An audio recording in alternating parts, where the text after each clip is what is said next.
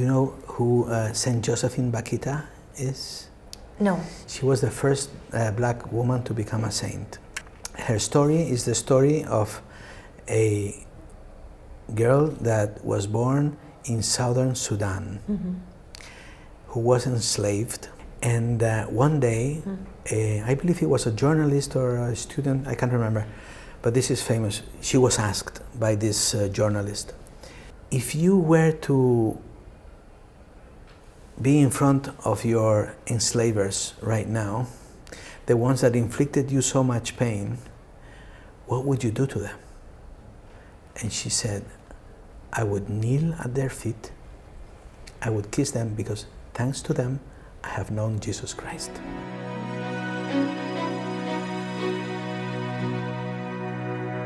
Miguel, welcome.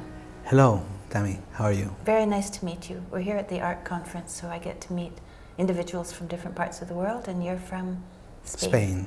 What part of Spain? Well, originally, I am from a northwest region called Galicia. It's a land of many people that have emigrated outside of Spain, but now I live in Madrid for a long period of time. I could consider myself a Madrilenian, actually, so somebody from Madrid. Right, right. And you were an investment banker for a long period of time, and now you've switched that to a different enterprise. Will you tell me how that came about? Well, it's a long story, really. Well, I don't know if we have the time, but really the situation in a nutshell is that over time, I have seen that my place is not in banking. Also, I had at some point already made some progress. I was able to raise a family, pay my house, and then I felt that it was time for a new thing. And the thing that was in my heart was to try to have an application of the theology of the body of Saint John Paul II in the area of fertility. I have learned over time that there's a lot of suffering around infertility, and that the current approach that most people is taking is actually quite problematic.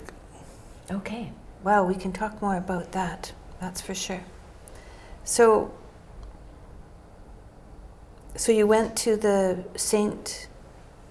John Paul II Institute, and was that around the time that you left investment banking? No, it was sometime prior to that. It was in 2011.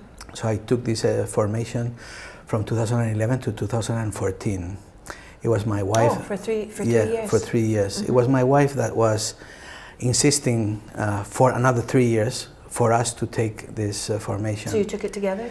Together, yes. The St. John Paul II Institute in Spain, the chapter that they created there, had a very innovative way of introducing all this knowledge to the family. So the student is not a single person, it's the family. So you would go one weekend every trimester, plus 1 week during the summer, to take this formation. So they would take care of your children. They would be taught catechesis, play games, and things like this, while the couple could attend the courses. I think that this is a very family-friendly way of teaching, and it was fantastic. And so many good fruits are coming out of that. So that was 11 to 14? To 14. Yeah, right. So now it's been 11 years since you finished that. Yes. So at the beginning, the effect on me, well, first I became very thankful to my wife, who has been patient with me, pushing me in the right direction.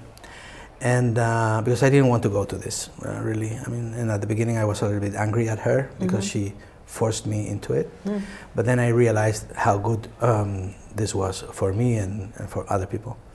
What happened as an immediate result of this formation was that I was very much focused on myself. My weekends were just for playing golf and relaxing and all that. And I still remember that in my parish, the priest would ask me to lend a hand with the finances of the church, right. since I was a numbers person and a finance person, and I never found time to do that. After this course, well, I participated actively in my church, and we began to work a lot around family and life. So, catechesis for premarital courses. And then I also started to participate a lot in pro-life issues. So I got into in the board of, let's say, the Spanish equivalent of Students for Life. So I wasn't a bad person before. I was helping, I had a focus on international cooperation. I was helping in Africa, but then I thought that there was much more work to be done in my home country around life issues, family and life issues. And so we started creating courses for young people around theology of the body. Did you see were there fewer families in the church, or was there something that you saw that drew you in that direction? No, not really, because this was not voluntary. I was just I just deployed my sail, and the Holy Spirit started flowing. Right. So I went wherever He was taking me. Fair enough. Yeah. And it was in this direction. Yes. I was very much touched by a letter that Sor Lucia, one of the three children of Fatima, who was still alive at the time of the creation of the St. John Paul II Institute for Family and Life Studies. She wrote to Cardinal Caffarra, who was the first person in charge, that she was like very happy that this institute was formed, because the ultimate battle is around family and life issues. Right. So, and this is very much needed. So I was touched by that. I mean, I have tried to comply with what the church said to me, but it wasn't mine. I was just trying to obey, but I was not seeing exactly where all these teachings were leading. What this St. John Paul II Institute did to me was that actually, like, all the pieces of the puzzle were coming together in front of me, and I saw what really was meant. I also saw that many of the church teachings around family and life are viewed by many as the bars of a prison. Right. Whereas if you take the right optic, in reality, and you turn them around, they are actually the lines of a pentagram where to write the melody of your life, which is like very... So this is what happened to me, and this is why I committed myself to that. That's very interesting. Things often are... it's a change in our intention that changes everything. So to see it as a prison and then to change it, to see it as an opportunity like that, that's a profound insight, I would say. Yes, yes. And I see that as we have been very much into educating others in these teachings, I see that there's the same message is perceived by many other people. Okay. That actually they understand. They understand that what the church has to say around this is not for a worse life or a more difficult life, but for a much better enlarged life. So there's a lot of good in it. So you began a new business. Yes. After you this was in 2000 and 3 years of education. Yep. So my wife insisted 3 years. Then I took 3 years of education. This is 2014, and I started my current business in 2000. And I started looking at this in 2017. Okay. So it's like another a period. 3 years. Yeah. Another 3 years. Yeah. So in these 3 years, as I told you, I participated in my church and in courses and everything. So I was doing the right thing, and also in pro-life activities. But one thing started to come to me, which was in vitro fertilization, what it meant. And I also saw that it was kind of an epidemic. When I was young, I didn't know anybody who had infertility, or very few people. It was not a topic But suddenly I started seeing like one, two, three, many couples that were affected by this issue, which creates a lot of suffering, because couples are meant for having children, right? For being, to provide life. And when they cannot do it, they suffer a lot. And they are looking around for solutions. And the solution that they find is around artificial reproduction techniques. Right. Which have been... It's quite extreme. You know, it's a possibility, but it's an extreme measure, right? Yes, that's my perception. I believe that the intention, the ultimate intention is good, because I mean, basically you want to solve an issue, but sometimes we tiptoe over the side effects, which are very big. Right, and also there's nuance to the situation that maybe aren't being taken into consideration for the solution, and so it's more complex sometimes once you look into it more and more deeply. Yes, it's more complex. Yes. It's more complex. So I think that over time, as artificial reproduction techniques have evolved, there is always the temptation of making it like a big business, right? And sometimes this closes your eyes to some issues that are around. Yeah. Not because, I mean, you know, people want to do the right thing, but sometimes you are not brought to seeing things as how they really are. And how they affect the people who are involved, right? Correct. So you started a company called Fertílitas. Fertílitas. Fertílitas. Fertílitas. This is a beautiful word. Fertility in Latin. Fertílitas. Yes. Yes, that's what we're concerned with. Yeah. So being it in Latin, it can be understood by many people at the same time. So it's a fantastic name. So what happens when a woman first comes to your business? What do you offer when they first come? Well, first, there's a little nuance. Our patients are not women. Okay. Our patients is the couple. Oh, good. Yeah. Yes. This little difference make a lot of difference in reality. It sets you in a completely different route. So. Of course, I never had this. I went to a fertility doctor early on, and my husband may have gone with me, I don't remember, I was very young. But then I didn't need to go back again, so I don't really have any experience with that industry. So you can just tell me how it goes. So what we do is, let's say, to redefine the problem. So infertility is being treated as an illness that needs to be overcome with technical means. This is the regular approach. So you cannot do it on your own. So somebody from the outside, a third element, helps you to have a baby.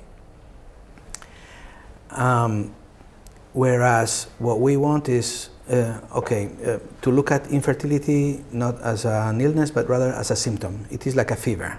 So when you come to me and you tell me that you cannot have children and you are within certain age ranges, if you are healthy, because you are created well or evolution has brought you here in the right way, you are meant to be fertile. When you are not fertile, is because there are like some underlying health issues that do not allow your natural fertility potential to express itself at its full potential. Our role is to try to understand what are these underlying health issues, identify them. This already is a very big issue, because in other approaches, not always you find what is the underlying condition. In our case, I would say almost in 100% of the cases, we find what is the problem, set of problems, because typically it's not one single thing, it tends to be a combination of 3 or 4 things.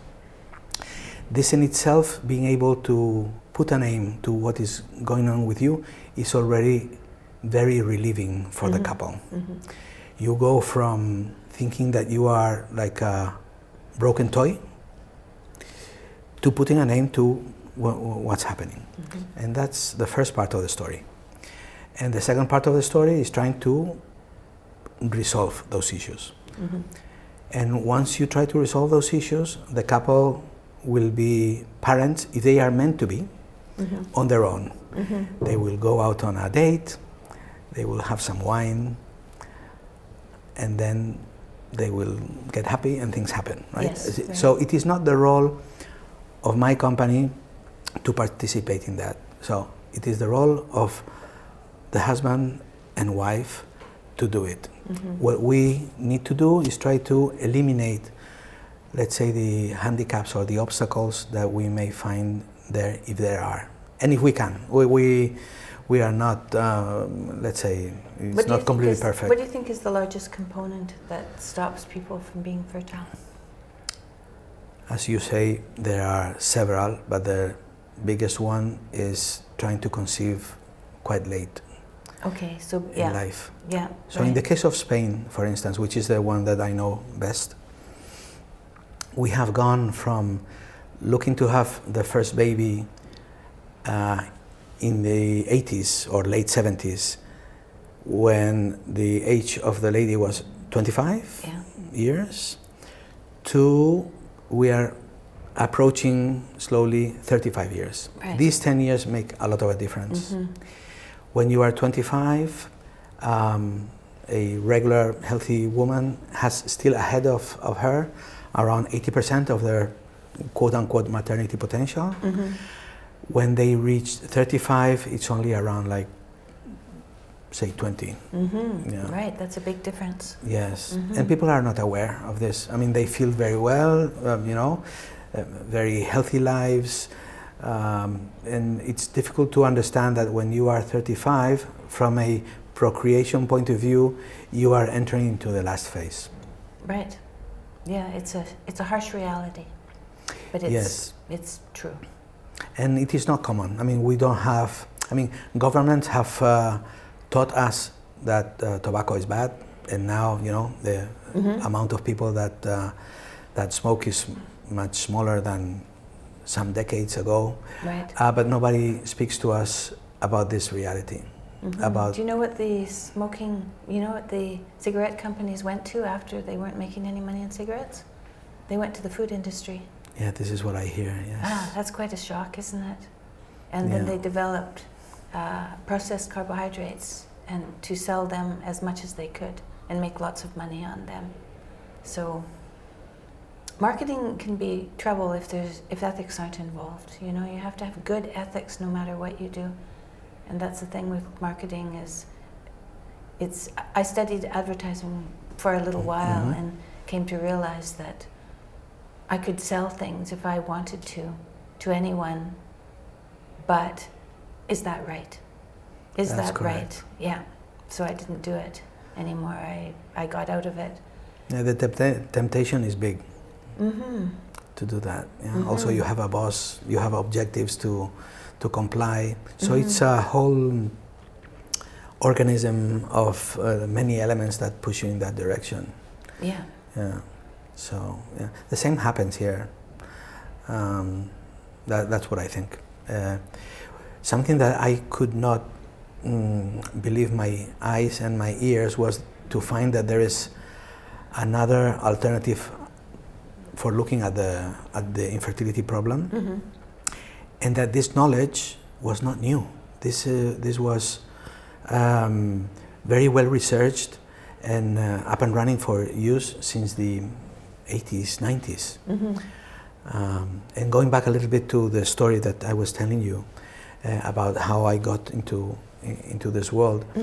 So it has to do with this, of course, which is I read a sentence in a bioethics manual that was produced by the Jérôme Lejeune Foundation. It's a French foundation that takes care of children with Down syndrome. And it is named after Jérôme Lejeune, who is a geneticist, the one who discovered the origin of the Down syndrome, very good friends with John Paul II. and now he's in the process of beatification. So they produced this manual, this bioethics manual, and there was one sentence that really like jumped out of the book and came to me, and it said, for every baby that in 2015 in France was born through IVF methods, there were 25 embryos that have been created, selected, destroyed, used, or frozen. So in order to get one baby born, you need to use 25 embryos. Every time? Yes? On average. Yeah, on average. On yeah. average. Mm-hmm. I mean, there will be people who are like luckier and it's less. But even if it was one or right. two, right? right? I mean, it is not a question of numbers.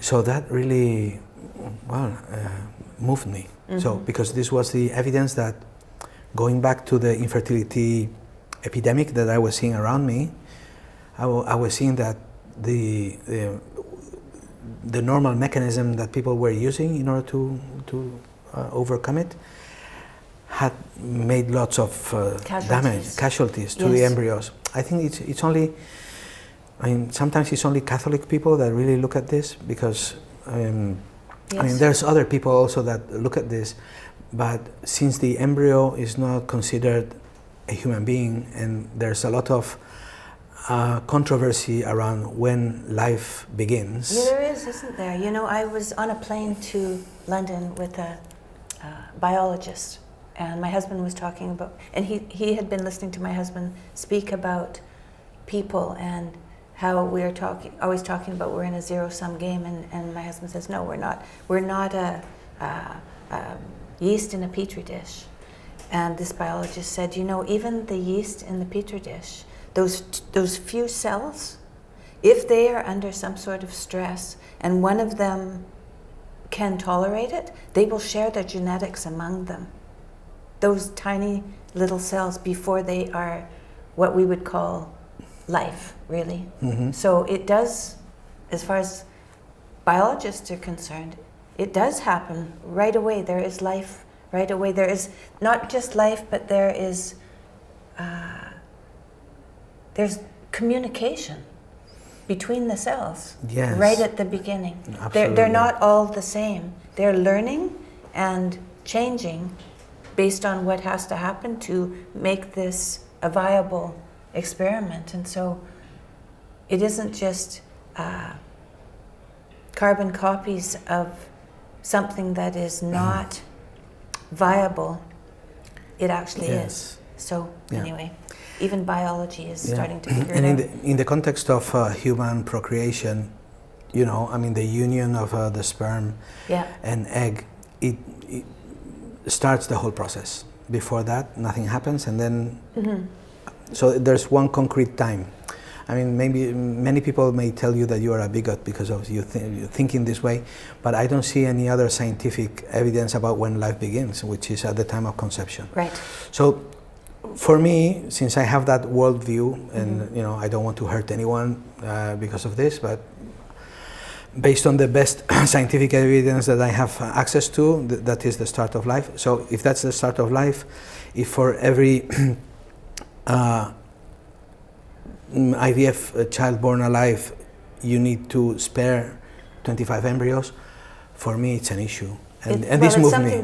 This moved me. We should take into consideration anyway, shouldn't we? Yes. This moved me. And so there was this dilemma. So on the one hand, you have somebody who is in need that you want to help, but then the available help, the regular help, actually creates a lot of harm. So what to do? Right, and should this was you your do problem, or not? Yeah. And you stepped up to it, which is what we all have to do: is find out what bothers us, what calls to us, and to realize that that's something that we are responsible for. Correct. Yeah. And a little bit later, I can't remember exactly if it was 1 month or 2 months. I don't know. I mean, I had like a newspaper article speaking about something called NaPro Technology, which is like a strange name. It attracts your attention. And I read about this, and it was about a couple, a Spanish couple that had overcome their infertility issues through some medical approach coming from the States that had been available already since the end of the 80s or 90s. And that was not creating all these other side effects, right? My initial reaction was, I mean, this can't be true. This is Catholic snake oil, right? I mean, this is some wishful thinking, but in reality, there can't be something that is medically sound and scientifically sound that can solve this issue so elegantly, and it's not known. I started asking, nobody knew about what this NaPro Technology thing was. So I went to my wife's gynecologist, who is a fantastic person. Sometimes I joke with him. I tell him that I hate him. I hate him because he has stolen the first sight of my children, right? Of my 5 beautiful children. But he's it's just jokingly. And so I asked him, but tell me, this can't be true. And he said, well, actually, I have read, yes, it works. And I said, but why? I mean, so if it works and you see that there's like all this suffering, why nobody knows about this? And he said, well, perhaps it's because we doctors, we need like more scientific evidence. It's not like super well researched. There are not many papers about this, and perhaps it's because of this. And I said to him, listen, I'm not a doctor. I don't need those papers. You tell me it works, we're gonna set it in motion in Spain. And then we started. I created a foundation, put some funds, recruited some doctors, sent them to the States for education. Also, we formed some what we call fertility care practitioners, so people who help couples understand the fertility awareness, the tracking and the charting of the woman's cycle, which is what is at the base of all this NaPro technology. We start by observing what's going on. And this is a very good source of information. And so we have, so we had some doctors, we had some practitioners. We got like a place, an office, and we started. We were not the first ones to do this in Spain. There was like some other people already doing this that I'm very thankful to, because we came close to them to learn. But we wanted to do something different. We wanted to create something that was scalable, big, that was self-supporting from an economic point of view. I wanted future gynecologists to do this in the future. I didn't want this to be done on a voluntary basis, which is sometimes the temptation, you know, because you say, okay, I have received this, so I want to give it for free. That's fantastic, but you need to pay your bills, right? No, you're right about that. And often when people receive something for free, it's hard for them to believe that it is worthwhile, because why would it be free? And so it's hard to believe in it. So there is some necessity for putting a price on it, putting a value on it, I guess. And I think it is just because at the end, I mean, the laborer needs to receive their salary, right? So, and then, you know, I mean, when you work on a completely voluntary basis, of course you put like all your heart there, but sometimes you need your time to, you know, to make your living. And there has to be a balance. Correct. Or it can't be sustainable over time. Absolutely. So we set this in motion. It grew in Spain. It's actually, I mean, relatively big. It is successful. I think that we have a very good message for many people. I think that probably 90% of the people that go into artificial reproduction techniques could be perfect candidates to what we do. And again, we don't produce the babies, we just try to eliminate the issues. So basically... So how does it work? Can you explain it? Yes. I am not a doctor. Yes. Right? I have been the person called to organize, right? That is my... So, but I can tell you the basics at least. So basically, first of all, the woman needs to chart the cycles. Right. out of charting the cycles. The monthly cycles. Monthly cycles. Yeah. So when she, when an egg is released, so then you know when she's fertile for how long. And correct. I mean, most people know about charting your cycle. It's a good exercise anyway. It's fantastic. Yes.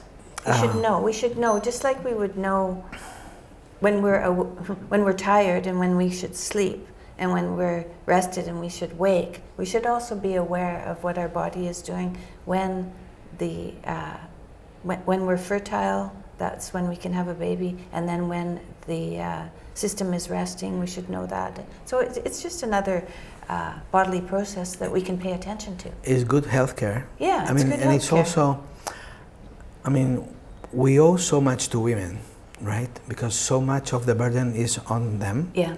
For life, and it's also useful, I mean, to know how to chart and to share with your wife the charting is good for men also. Right, because so that then we you can can understand recognize the time that they're fertile.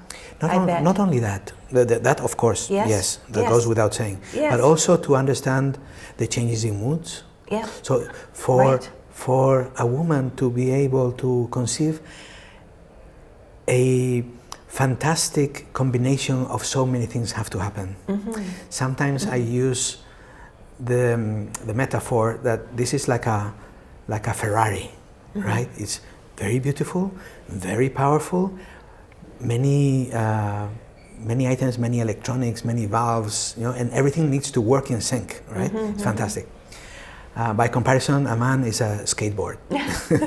So right. A table for 4 wheels, that's it. It's easy. So when it comes to infertility, to look what's wrong with the man, it's a little bit easier because there's less complexity. Yes.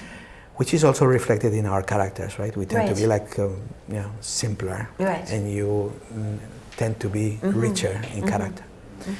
So it's good also for the man, for the husband, to understand this. It's good, and that for a perfectly healthy woman. Yes. So it binds the couple together. You are able to see where the fertile window is, and if it is appropriate, you can manage your family planning. If it is morally just, and I mean, it's not like no matter what contraception, right? But it's good that it is embedded in our bodies, all these signals that we can manage. Right. So as Paul VI, Saint Paul VI said in his encyclical Humanae Vitae, calling the men and women of science to know more about the human procreation, so that we could give a good response to contraception and all this, right? So so it's super good. So the Catholics are happy with your company?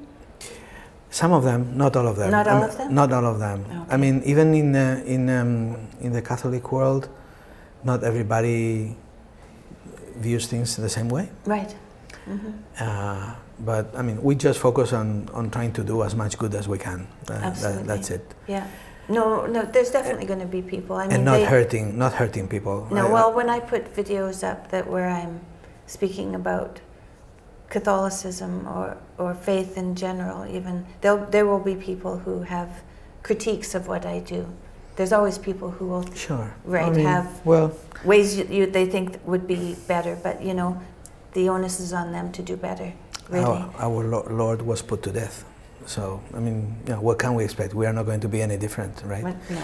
But what I can say is that we should not be afraid, because so many good things have come out of the Catholic Church. Many bad things also, right? Yeah, but many good things have come out. It's man-made, the Correct. Church, so it's going to be as fallible as we are. Men-women equality. Yeah.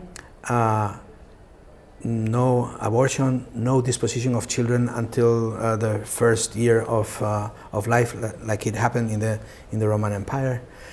The resistance against, let's say, the barbarian invasions in Europe, the creation of monasteries, the creation of universities, astronomy, genetics, even the Big Bang theory comes from comes from a Jesuit called Georges Lemaitre. So it is born in the Catholic Church, but this is for the world. It's not for just some chosen few. It's for everybody. It's Catholic, right? It's for everybody. And in that respect, I think that what we do, this NaPro Technology thing, it was also born in the Catholic Church. Was it? Oh, yes. It was Thomas Hilgers and Susan Hilgers and a team of other people from around the Creighton University and around Omaha that they started, inspired by one encyclical coming from Paul VI, Humane Vitae, the one that I mentioned earlier. They felt the calling to do research on this. I see. So they have created this body of knowledge around how to treat infertility in a different way, in a non-invasive, and letting the couple be the parents on their own. It's more like a guide for a do-it-yourself. So right. So the first thing you do, let's get back to that. The first thing you do is you monitor the woman's monthly cycle. Correct. And then what is the next? Okay. Then what? Simultaneously, we entertain other diagnostic trials. So there's of course blood test, urine test. There is ultrasound. So there's a series, a battery of procedures in order to know more about what's going on. Then it is difficult to tell you exactly what happens because it's not standardized. Is there any psychological intervention? Also later. Yes. So we also cooperate with psychologists. We operate much more in the world of gynecology and now urology also, because we are deepening the knowledge around the male factor issues. And then on the side, we also have psychologists, immunotherapists, nutrition people, because we see that it's not only around, let's say, the physiology, right? There are other surrounding factors. So it's difficult to tell you what other stages we go through because it very much depends on the person. It's not one size fits all. This is tailor-made. So it's the treatment is really adapted to what each couple needs, and it may be a zillion things. So we complete all the sets of trials. Then once we reach diagnostic about what's going on, then we set ourselves in motion in order to resolve. So, for instance, if the issue is around, some issues around the ovaries, so sometimes it's because of hormones not working well, so we try to regulate. Sometimes it's about psychology, it can be. Sometimes it's because of nutrition. Sometimes we need to do a surgical approach and we need to do an operation. In our experience, around like 25% of couples need surgery. And is this for the woman or the man, mainly? Mostly for the woman, but more and more for the man too. Is that right? Yes, because we are deepening our knowledge around the male factor issues. We are teaming up with the University of Padova in Italy because we have seen that they have a very good knowledge around male factor issues. So we are trying to, incorporate all this knowledge too. So that, and this goes very much in line with what I told you at the beginning, that the patient is not a man, is not a woman, it's the couple. Because in reality, if we are individually considerated, we are all infertile. Right. Yeah. Right. So sometimes I say, provokingly, it is not true that 15 or 20% of people are infertile. 100% of people are infertile. Right. We are all infertile. We need the other to, it is only jointly, it is the relationship between man and woman that can be fertile. Right. We also need sexual diversity, right? We need a couple. We need two, but we need two different ones, right? And so not a sister or brother. Is that what you mean? Correct. Yeah. A sister and brother, or two men, or two women. Yeah, I mean, if you want to become a father naturally, this is our goal.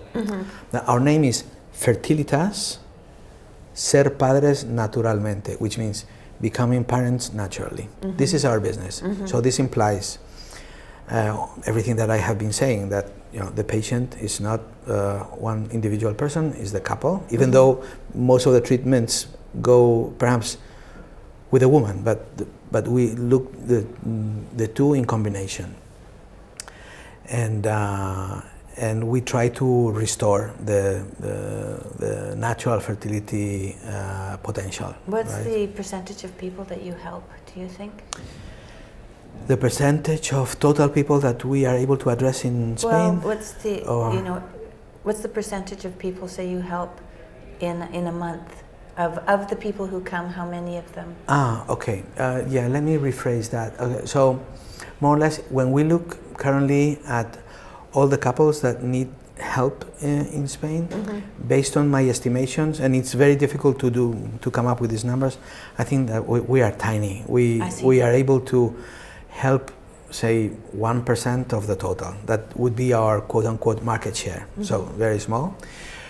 What does this mean? This means that we, with the current number of doctors that we have, with our, as we say in economics, our installed capacity, with our installed capacity, the number of doctors that we have and the available time, we're able to take care of around like 600 to 700 couples per year. Okay.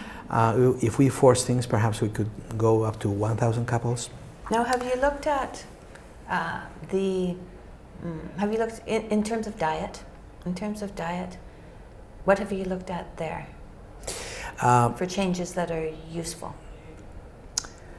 I'm not very much into that. No, well, I'll tell you what I know. Because when they come to us and we see that there's a diet issue, so we bring another doctor, but they are not within our framework. So we pass them on. Yeah. Same thing with the psychologist, immunologist. Right.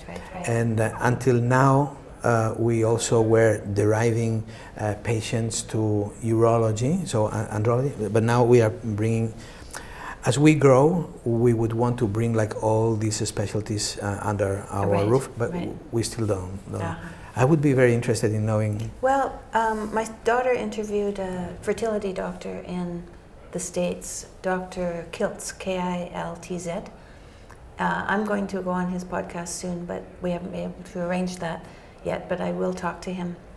And he will offer IVF and different things, but the first thing he does is he asks them to change their diet and to limit the carbohydrates in their diet, and often they get pregnant. Yes. And we are seeing that. Yeah, you've seen that. Yes. Yeah. So carbohydrates are inflammatory. Yeah. So you just take the inflammation out, and that helps. Yeah. Yes. Okay. Inflammation is your enemy also in this case. Yeah. For fertility issues. Yeah, for sure. Yes. No, I think that's fascinating. Yeah, absolutely. And the composition of your flora in your bowel also. Yeah. That is super important. It is connected. I mean, at the end of the day, sometimes medicine wants to look at us, in a, let's say, parcelled way, right? But in reality, we are a whole, and everything is in relation. Yes. Right. So how has this changed in your life by giving up your banking career and going into this this health field? Really, you're in a health field now, which is a big departure. How has that changed your life with your family and with everything else that you're doing? This is very funny because my children, I have 5, 4 of them still live at home. They say, "Daddy, you are a different person." Is that right? In what way? I don't know, I'm happier. You're happier? Right. I have a better temper, let's say, and I have more time for them also. So I have been through a moment, so we created this company 5 years prior me leaving. So for some time I have been like combining the two, investment banking with this. Of course, my role is more that of of a manager. I have a very good team, you know, to work on the day-to-day things. But it is only since last year that I have quit banking completely. And this is when, I mean, my children have... So you're only just beginning to understand what the differences will be. Yes. Yeah. They joke, they pull my leg and say that I'm a better person now. How old are your kids? My youngest is 17, my eldest is 26. I see. Yes. The tricky part of raising children. 4 girls and 1 boy. Oh, I see. And that also has a, I think that I have been drawn into this because I specialize in women. You have 4 girls? I have 4 girls. Yeah. I'm surrounded. That's right. At home. You are, yes. You're surrounded. I don't have the power. Yeah, my dad had 3 girls and a boy. He was surrounded too. Yes. And it was good for us. Absolutely.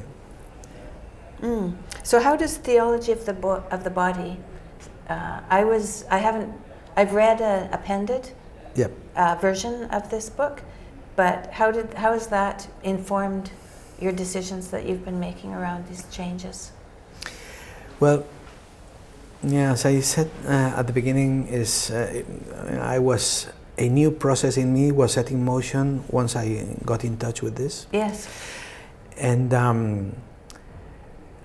And I believe that what I'm doing is, let's say, a practical day-to-day expression of what John Paul II wanted. So basically, what he conveyed in this theology of the body, where he combines like 2 apparently opposing words, right? Theology is something like super high, body like something like low, let's say. And he was saying, well, actually, no, you're speaking about the same thing. Because also we believe in a God that incarnated, right? So the incarnation is the fulcrum of history, and it is the basis of our faith. Our faith would not be the same if there had not been incarnation. Right. And we need to give the proper value to our bodies, right? And we need to see that our bodies carry a divine imprint, and that by following this, you are able to reach God. You are able to speak to God about speaking how we were created men, we were created women, and men and women come together, they form one flesh. And in these stories that we have heard so many times, in reality there is a fantastic adventure to become better that is applicable to religious people and non-religious people. So what I see is that what I'm trying to do with this work around fertility is to restore the body, to restore the bodies of the couples to where they are supposed to be, because they are called to being man and woman, to become one flesh, and this flesh is fertile, right? So I want to help them achieve this this potential. Yeah. Of course, not everybody can, and we always need to be like super careful with the people that in the end they cannot have children, right? It is very, it's so much heartbreaking. Heartbreaking, and we always need to be compassionate, no matter what they have done, what they will do, because they are being guided by something. So, what we see is that some couples that come to us, they feel this extreme urge to become parents, but they are unable to put a name to it. Where does this longing come from? So if we are able to help them see where this longing comes from, and to understand not only where it comes from, but also where it leads, they are, and so is that biblical teaching? Is that? Yes. Yeah. No, absolutely. But we receive people from, people with a biblical background, with no biblical background, and whatever. But even if we don't speak, this is embedded in what we do. By your care? By the care that we do. Yeah.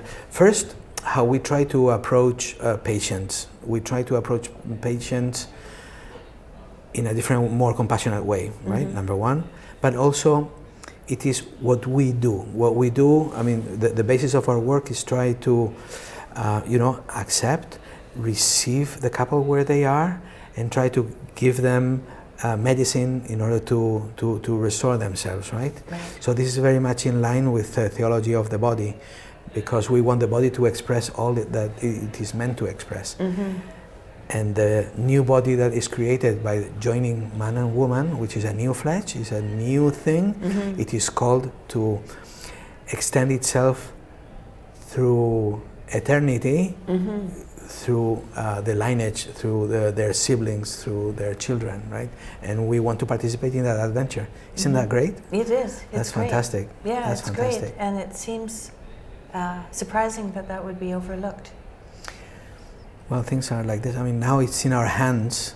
So now we know. So, we need to expand the word. We need to get like more doctors trained, more people trained, so that we can do things better. Not only differently, but better. Because I think that men and women that are suffering so much because of their infertility, they deserve the best medicine. Yes.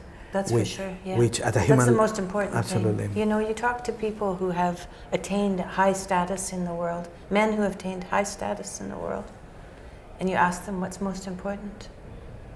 I ask my husband what's most important, his wife, his family. It doesn't, in the end, it doesn't matter. It's your loved ones that give you the most meaning in your life, no matter what you do, no matter who you are. It can be that. I agree completely. Yeah, me too.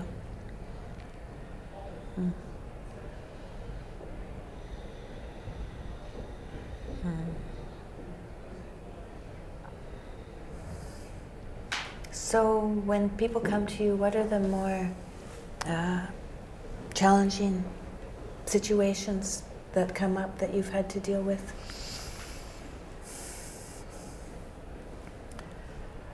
I mean, people coming from long IVF treatments that have been unsuccessful, they feel very depleted. And have you been successful in some of those situations? Yes, around say between 25 to a third of our patients have undergone prior failed IVF treatments. And they have felt used. It's painful, I've heard. It's quite painful, expensive. Expensive, very expensive. So it's not even an option for most people. Stressful. Yeah. And many of them, they do not understand that there's even more things, which is everything around the embryos and all this. Yes, right. We need to be careful in the sense that we don't want to hurt people, but the reality is that even though it has been lengthy, expensive, painful, I mean the biggest part is those poor embryos. Lost embryos. So we have a difficulty there because we operate in a society that is very secular, and these elements sometimes they are conflictive, controversial, and so we need to be careful how to approach these issues. Oh yes, for sure. Yeah. Also, that's difficult. But we have seen also great stories. People who had been,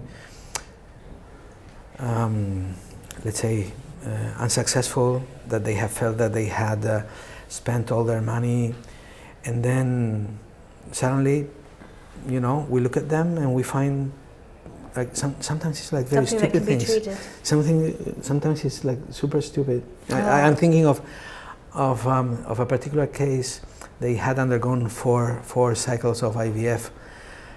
They were going to throw the towel, and I don't know exactly how they knew about us. They came, and in 3 months. We detected what was happening, and they were pregnant already. In 3 months, super easy. What a gift! What a gift! Yes, and another good thing of what we do is that since we solve the underlying issue, right? Then people if they want to have more babies, they don't need to come to us. Right. They already know now what the underlying issue is. Correct. Yeah. And if we have been able to solve it, which is not always the case, but quite often we are, they can have more kids. I mean, we have some cases where they are already pregnant of the fourth kid. You know, so it is not that and this is not captured in the numbers, in the, let's say, success rates and all the rest, because we have allowed this couple not to have one baby, but also to continue their life and have a large family. A large family. Yeah. Right?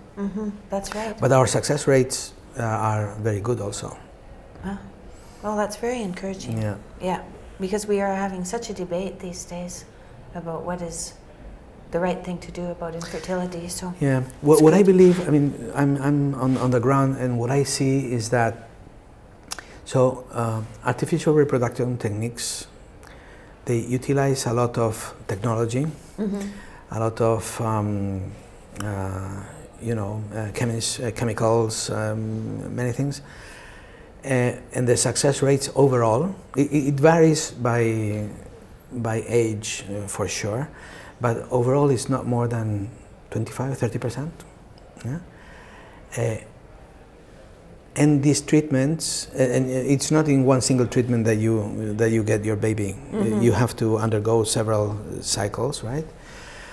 In our case, let's say in a treatment of, let's say, 6 months for diagnostic and then 6 months of treatment, so total, say, 12. Yeah. In 12 months, which is what on average people stay with us, around 35-40% success rate. I mean, of babies, which is a lot. No, yeah, that's a lot. If you have a company that makes 35-40% profit, that's outstanding.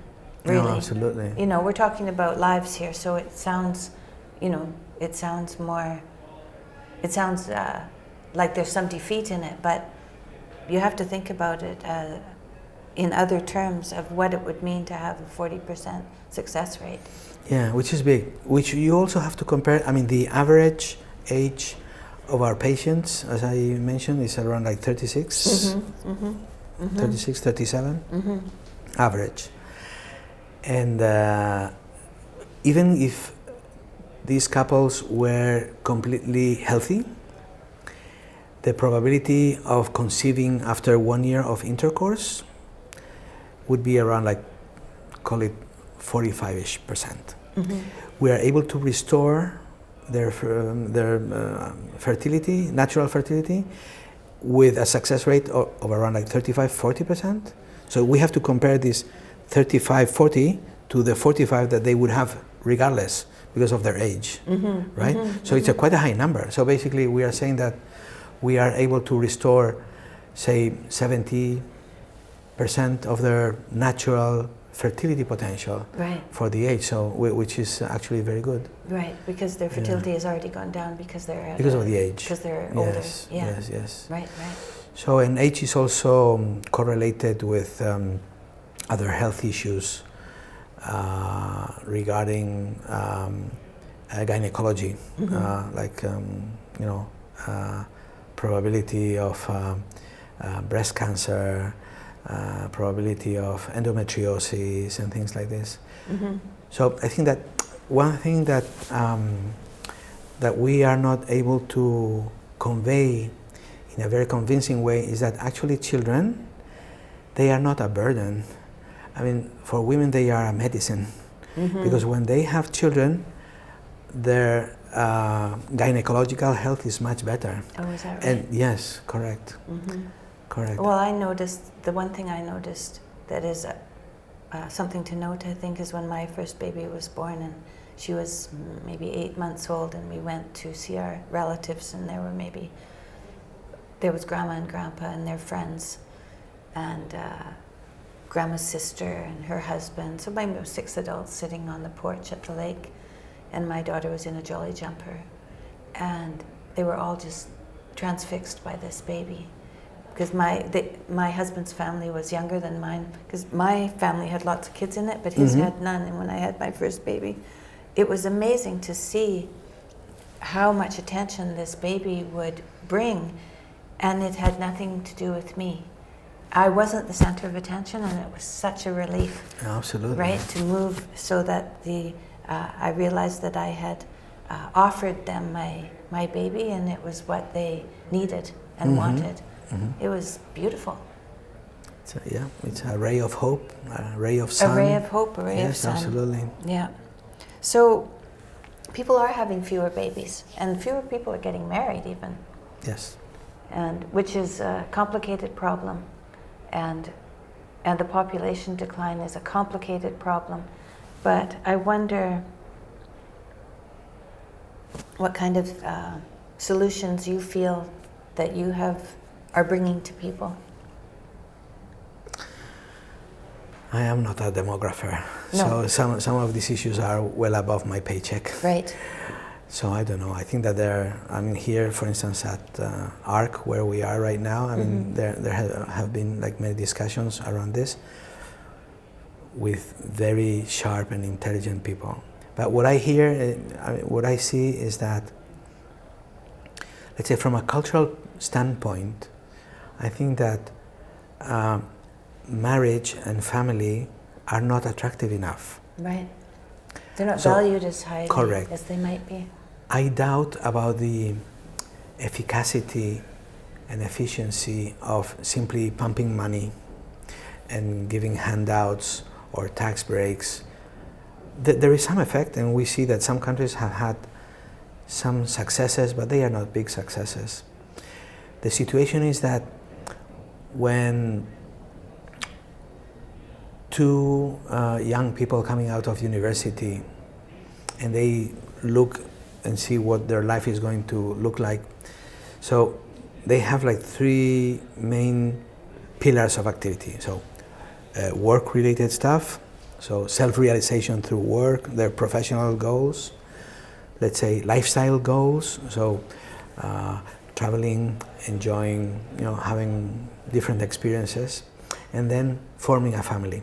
Out of these three pillars, forming a family is clearly the last, or even, it's been put last. Put last. Yeah. It is not attractive. So we have created a society that, so creating a family is a rite of passage into true adulthood, right. into responsibility, and into giving what you have received. And we have been pushing this responsibility a lot in order to create space for work and leisure. Yeah. Yeah? A lot of money is made out of this change, right? We need to incorporate that actually we should bring this third pillar about family formation earlier in life by showing how valuable it is, not only for individuals, also for society as a whole, and how fulfilling it is. Sorry. And how important in the overall context of things, right? Currently, we don't have any alarm bells. Well, yes, now we're saying, demographic decline, and we're all pointing in the same direction. The problem is that people, in general, they start looking for their couple perhaps a little bit too late. Yes. And then they want to have families even later. Right.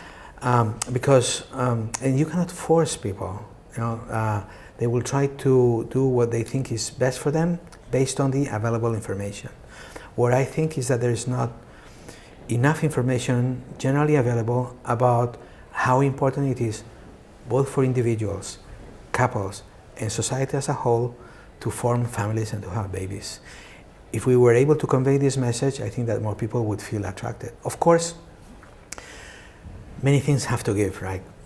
So there is a political issue, there is a social issue, tax issue, and all the rest. Yes, but first it is let's say a cultural or an anthropological issue. It seems like it's a cultural issue. I remember when I had my first baby, I got hand-me-down clothes from my sisters. I didn't need anything. I needed my husband, to go out and work and support us, and he was willing to do that, right? That was his part in it, and I was at home with the baby, and I don't even think, it was so cold in Montreal, I don't think we went outside for the first month because it was minus 25. All I needed was the diapers and me, really, because I was nursing my baby. The baby had everything. Baby has everything it needs nutritionally and for comfort. With nothing material, we've become so enhanced, so entranced with material gain, when really a baby is not, just like anything you do, over time there'll be more and more sacrifices to make, but the baby is growing and giving you so much love and joy that you want to sacrifice. Once you have the baby, then you see the reason for sacrifice. So, you know, the whole idea of economics is, it's a theory. I don't think it's reality. I think it's a theory. Yeah. Well, it's true that we have been made fearful. So we fear. So we don't have like a solid ground on which to stand and live our lives. So we think that we need stuff. Right. We need stuff because, and also, you know, again, the families are more spread out. I mean, there's that. Because it's really best to have intergenerational help, you know, from mothers and fathers to children, right? So it's so nice. So, I mean, in my particular case, I don't want to be an example for anything, but in my particular case, out of Columbia Business School, I had the chance to work in London or in New York or in Singapore. We jointly preferred to go back to Spain, live next to our family. I know that I have sacrificed partly my career. It has been clearly slower, perhaps, you know, money-wise also, but in the end, it has paid back. I mean, being relatively close to my people, to my parents and to my in-laws and all the rest, is a very good thing when I take everything, let's say, as a package, right? And now we don't have that. Well, it used to be the church was the center of town and the community was within the church. Yes. And even if maybe you didn't have a family, you would have your community. Correct. And you would find the help that you needed to give you the help that you need maybe on a sick day or whatever it is, so that people will come in and bring whatever they can to support you with your baby. But if you, like Jordan and I, we moved so far away. We moved from Western Canada to Eastern Canada. It's 3,000 miles away. And so when I had a baby, my mom did come, you know, because we had the chance for them to fly out, but they were only there for about a week.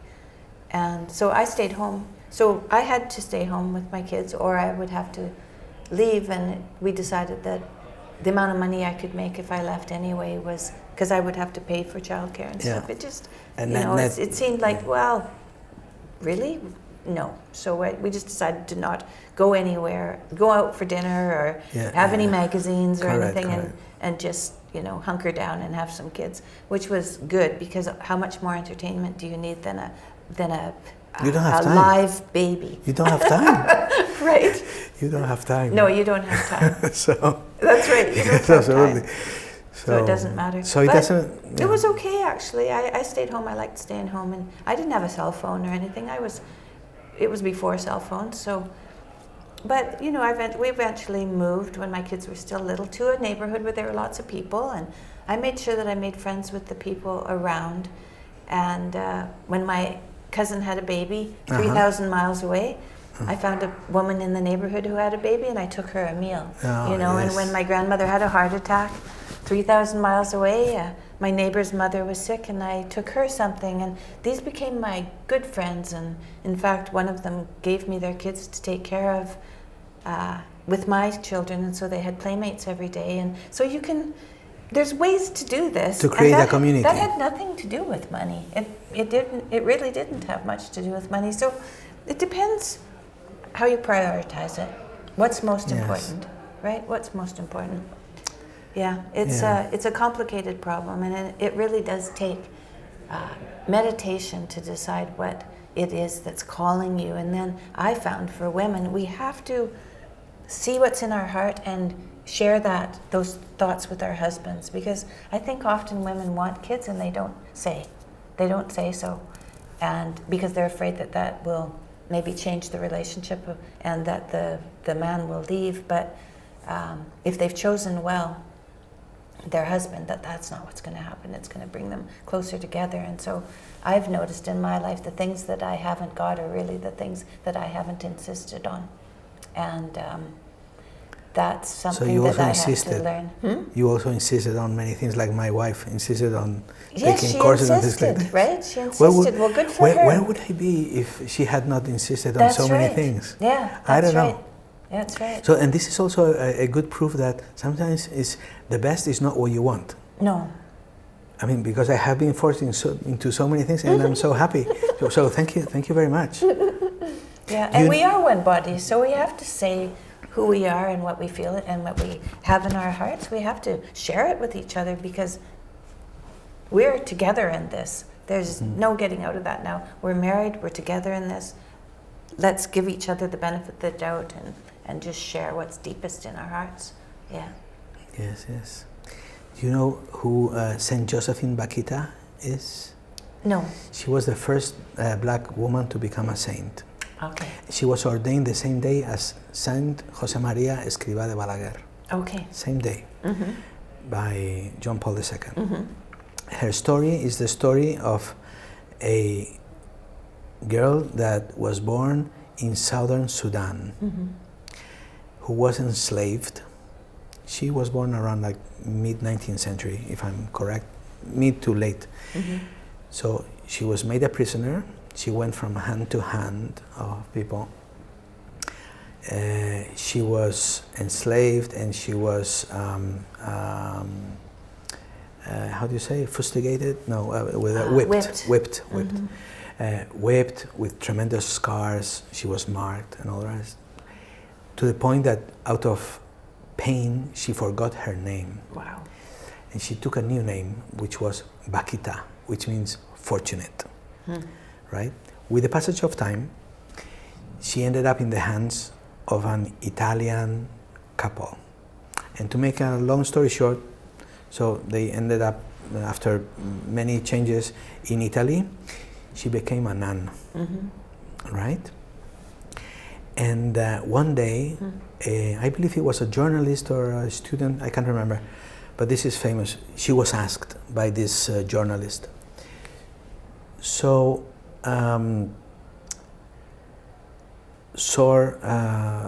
Sister Bakhita. She was Santa Josefina Fortunata. So Bakhita means fortunate. Yeah. Fortunate. So if you were to